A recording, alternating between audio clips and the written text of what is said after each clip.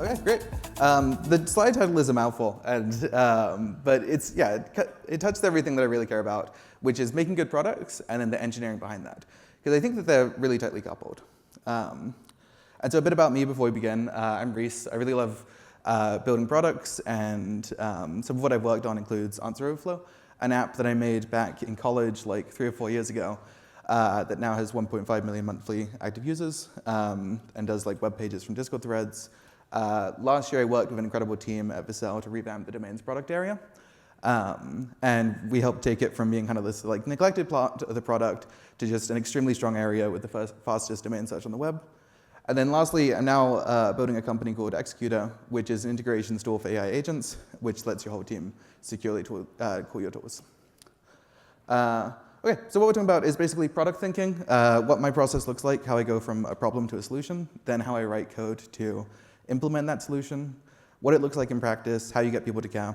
The talk title has AI in it, but one of the kind of funny things with AI is it's just accelerating and reinforcing all of the things that mattered before AI, and that's tests, being able to iterate on your software, etc. So it just makes that more important than ever. And the other thing that I really like is, to me, React is kind of a means to an end to building products. I really love the technology behind it and what you can do with it. But the other thing is, it's really like one of the kind of amazing things is the blurring of lines between front-end and back-end development. And what's so interesting to me about product engineering is it's not scaling a database to kind of 1 million requests per second. It's about how you scale a product and a code base, and you solve the social and technical problems that come with that. And then the kind of last thing is what I mentioned earlier of, I think that if you kind of have good code and good engineering, you can eliminate whole classes of bugs from your applications that make for really good software. All right, so jumping in, the first thing up is product thinking, and this is basically going from a customer pain point to a solution. I really try and think of like features in my applications as primitives, and rather than putting 1 million features into the application, finding the one primitive that solves end problems for the customers. And so whenever I get feedback from the customer, rather than kind of immediately throwing it into Claude Code or ChatGPT, I try and think and process and understand what the underlying ask is. I want to walk through kind of a real example of that, to explain what I mean. So for Executor, it's a product for teams that they can bring their own sources to. You want to configure it one time for your whole team, but each member might need to be able to put their own authentication on it. So you can imagine setting up the Vercel API for your workspace, but each member needs to be able to access their personal Vercel account.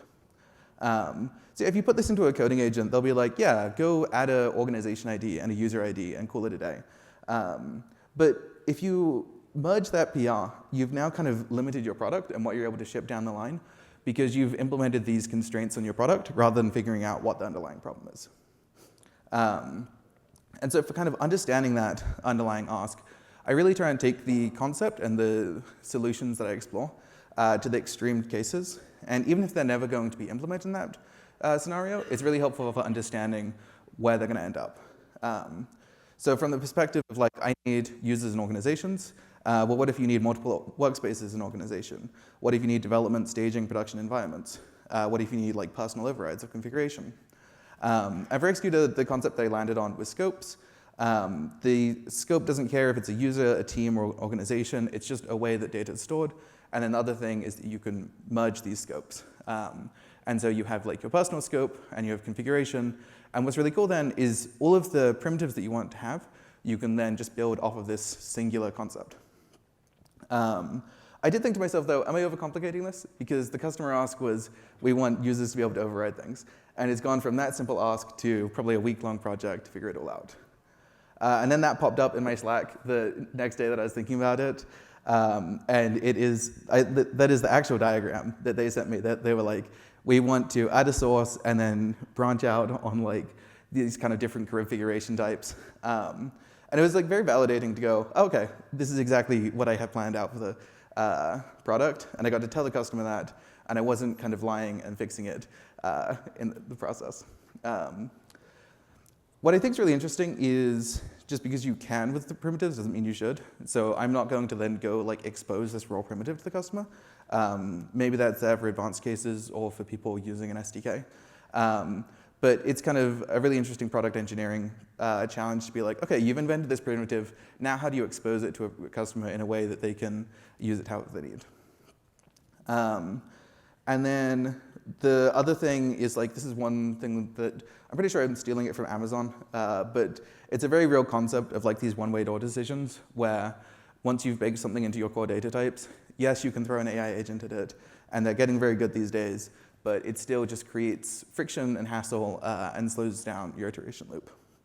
The other thing is for kind of how I think, it's the last part of kind of the product thinking part, is how I come up with product ideas or things to ship. I just try and notice a lot and then take notes of as many things as possible. So there's like really good threads on like how authentication should work, what issues people are running into, and there's just a ton of really good signal out there that you should listen to and see what you can do with. And so now for the TypeScript part of this talk. And this is basically just going to run through all of the patterns that I really think about in a day-to-day when I'm doing work. What's interesting is, as good as the coding agents are, they write kind of a lot of bugs and weird things in their software that you're able to write your code in a certain way to make it either more reviewable or prevent entire classes of bugs altogether. So the first one is, the first kind of high-level concept is making impossible states unrepresentable. And so TypeScript is an amazing language, and you can do all of these tricks in it to basically make invalid states fail at compile time. So you never put out an app with a bug in it because it's just not possible to represent when you build the app. And the other thing is it trims the number of paths you have to follow. And so looking at kind of two examples of that, one is branded types, and then the other is discriminated unions. And so for branded types, it's a great way for you to basically take a primitive type, say a number, a string, any of the primitive types, and brand it, hence the name, as a special variant of that.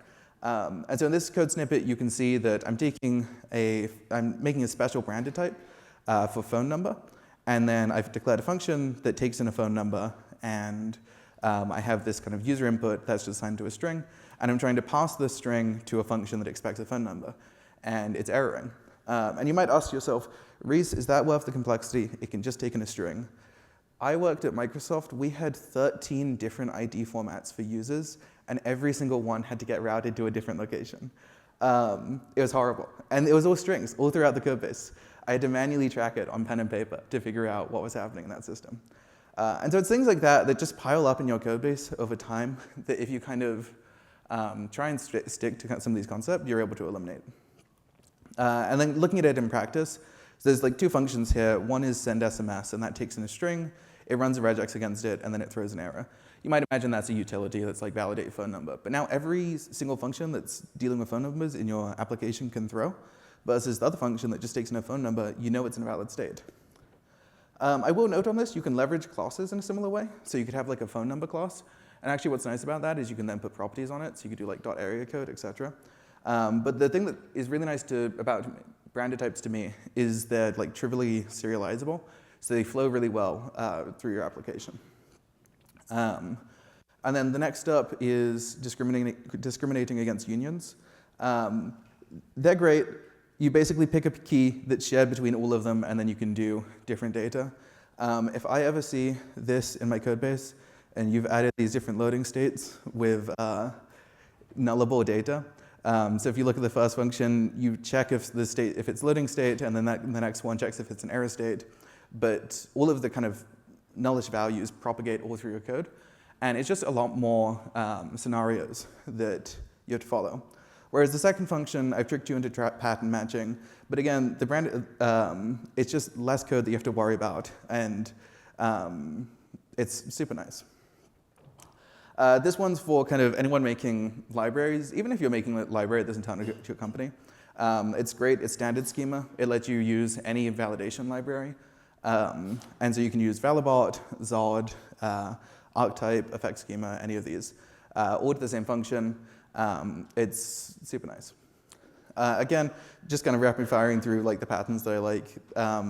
being able to pass objects instead of strings. So branded types technically fixes this one. In the first function, you see that it's possible for me to send, the first function is send email, and it takes in 2 strings, and it's possible for you to mix up the position. And you can basically send an object instead. There's a slight performance overhead on it, but you're writing JavaScript, so. I think these are pretty common now, type-safe API clients. So I assume most people are familiar with OpenAPI, and hopefully most people at this point are familiar with TRPC, ORPC, Elysia, TanStack Start, etc. But it's worth calling out because there's still places that don't have them. You're basically able to define functions in your server endpoints and then get them typed on the client, and you don't have to do any generation. The other thing is you're able to generate OpenAPI specs from them really well. Most of them have great support for it. And then kind of getting more into like conceptually how I think about TypeScript. One of the things that I really try and do is basically just let the types flow through the application. So in this code snippet, we've got const users, and it's assigned to a database column. I have that branded as an email type. And then I've got a server endpoint, so API endpoint, but it's written in the TRPC style way that returns the row. And then on the client, I'm calling that as useQuery. And you can see that it's kept the branded type all the way through. And so when you think about the amount of complexity that goes in, like, that just blows up through your application when you don't have these concepts. There was a Greg Brogman tweet from a while ago that was like, how did we write all that code? And this is kind of how we did it. Like, you find these patterns that you share throughout it. And these all work with coding agents. So they fight it a little bit. And it's going to be interesting to see how it evolves. But it's really nice. I also want you to get more funky with TypeScript. Go look at any of the TanStack libraries for inspiration. This is one that I wrote for Postdog. And basically, when I tried to call it originally, I didn't have events passed. And then I uncommented events. And events I just automatically generated from my data in Postdog. Postdog's an analytics library that captures events. And so all of the types that you see coming in autocomplete here, like page view, features enabled, etc., I didn't have to manually type anything. It just inferred it all from my account. And you can do this for anything. I think autumn payments is another great example of one that generates it from your account. And again, it's like eliminating whole classes of bugs from your application because you can check all of this at compile time. Keeping your tests as real as possible. Basically, there's like local stack. There's also like mini flat. You can basically just spin up real Postgres instances, hit them in your tests rather than mocking stuff. Please don't put a million jest mocks in your code base. It makes it a pain to look through.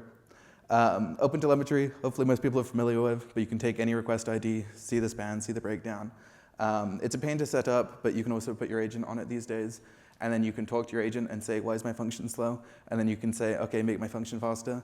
And that's software engineering. That's where we've ended up. And it's time to share that I've tricked you all, and this is a talk on Effect, yes. For those of you that are not familiar, Effect is a library for JavaScript that basically ships with all this built in. It's got a type-safe API client, schemas, typed errors, branded types, open telemetry. Basically everything that like blows up the complexity of your code base, it has patterns to handle and works really well. There's probably 3 reactions in the audience. There's people that are intrigued and are going to go look at it. And then those people are going to split off into 2 camps, the ones that love it and the ones that go, what the hell is this syntax? Good luck. But regardless of how you feel about the library, the general concepts and patterns from it are really great to kind of learn from and bring into your code base. This next part is like when to do an abstraction. So this is the Answer Overflow project I mentioned at the beginning. And I'm making a GitHub issue out of a Discord message here. The UI that you see rendering in Discord here is a React app. This is a React app running in Discord. It's forked from a really great library called React Code. But the kind of concept I wanted to touch on here is if you see what's happening in Discord, for those of you that have tried to make Discord bots here, this is like an insane thing to do because you don't have like any of this, like trying to do loading states, you have to manually manage a bunch of states, all the problems that React is good at. And instead, the code kind of just looks like React, and it's incredibly reviewable because rather than trying to get like Discord.js and all these libraries to fit into the mold that I needed, I instead created like a shared abstraction that they can then use. And again, like we have agents writing code, but you still have to kind of look at the code. And that gets easier if it's patterns and concepts you're familiar with, and you're able to containerize it into different areas. Another thing is you can read, and I guess now ask about a ton of code. Just like follow people that ship things you respect, go read the source of open source projects. I would say when I'm developing with coding agents, it's like probably daily or like 5 times daily that I'm like bringing in open source projects, thank you MIT license, and saying, hey, I like the patterns in this project. Can we reference them and properly attribute it? But like the MIT license is incredible, and we've got a really great shared knowledge culture in software engineering, and like it really helps you make better software. I want to talk a little bit about what it's like to build these patterns in practice. So I have 2 open source projects I wanted to touch on. The first one's Answer Overflow. What's fun on Answer Overflow is it's this like amalgamation of things that technologies that I basically started it in college as a Python and Flask create React app. And every time that I've like improved as a developer and learned, I just get like have a real project to try out those patterns on and see how they feel. Where it's gone through like 5 rewrites. Where it's at now is it's on Effect, Convex, and Next.js. And I found that I really loved all those technologies for this specific application because, again, in terms of like trade-offs of complexity, it's not one that I want to spend a bunch of time maintaining. It's also one that kind of like needs to feel reactive. It's also open source over at Answer Overflow on GitHub. And then the other thing is if you want like a template to play around with, I extract a lot of the concepts from it into its own template. And then talking more about technology choices, the other project I mentioned at the beginning was Executor. So this is meant to be a tool layer for AI agents. And because of that, it basically has to run wherever people are running these agents. So that could be on a VM, that could be on a dynamic worker, that could be basically anywhere. And so it needed an incredibly boring tech stack that would be pluggable. And it's a completely different way of building, and it's just basically pick the right technology for the job. And then the last part is getting into my real expertise, which is getting views on Twitter. It's pretty fun. There's like lots of methods of distribution, and I basically just wanted to talk about how it works. And I think now that people are owning more parts of the product, it's kind of a good skill set to basically develop knowing how to put your work out there and get people to care about it. And so I wanted to break down 2 tweets. So I did this project maybe a month ago that basically just takes your GitHub chart and plots it as a graph rather than being the like square chart. And yeah, it just has like a nice visual. It gets people to share things about themselves. There's no auth, compelling screenshot. The data is interesting. It's really shareable. I will say, like, it's super fun to do these projects in terms of like getting yourself out there or like making something fun for people. I would not expect like high ROI on projects like this. You can like maybe try and throw your company logo on it, but people generally don't like that. I think it's more just to do interesting things. It's more fun to do interesting things just for the fun of it. If you do want a meta approach, you can highlight other people's work. I had a video on this and it disappeared. But I did this generative UI project back for the AI SDK with Postdoc. And so they like launched the RSC. They launched their kind of RSC project, and you were able to combine it to make these dynamic charts. And so I basically poured an all-nighter after they launched it to hook it up to Vercel and Postdoc, put out this tweet that was like, hey, you can do generative UIs with real data. And put that out into the world, woke up, and it had like retweets from Vercel and Postdoc and kind of a lot of good engagement. And that was before I'd really like done many real projects. And it's just a very like nice way to get yourself out there and share the world. Another kind of awkward part is, does any of this still matter? Everything I like shared on writing good code is like a part of a skill set that I developed over years of looking at terrible company code bases that just killed their iteration velocity. And I like care a lot about this skill set because at the end of the day, I want to build really good products for people. And I've seen what bad engineering does to products. It just kills them. However, the exponential project, that one, I shipped entirely from my phone, waiting 45 minutes for a sandwich. I don't know what's more ridiculous there, waiting for 45 minutes for a sandwich or shipping it from my phone. But I didn't use any of these techniques. I didn't look at how it looked on desktop or what tech was used. I just made something interesting and posted it. And so that's kind of why this talk wasn't on TypeScript patterns alone. It was like trying to be more focused on like product engineering and how I think about that. But like for what it's worth, the products from the labs don't feel good to use. I think it's really interesting how that's going to shake out in the next couple of years and see, do consumers care about software not being kind of buggy and broken, or are they fine with it? But overall, I mean, you can take all the concepts from this talk, turn it into a skill file, and tell your agent to follow it. So I'm excited to see what happens. Anyways, that's my talk. Thanks so much for the time.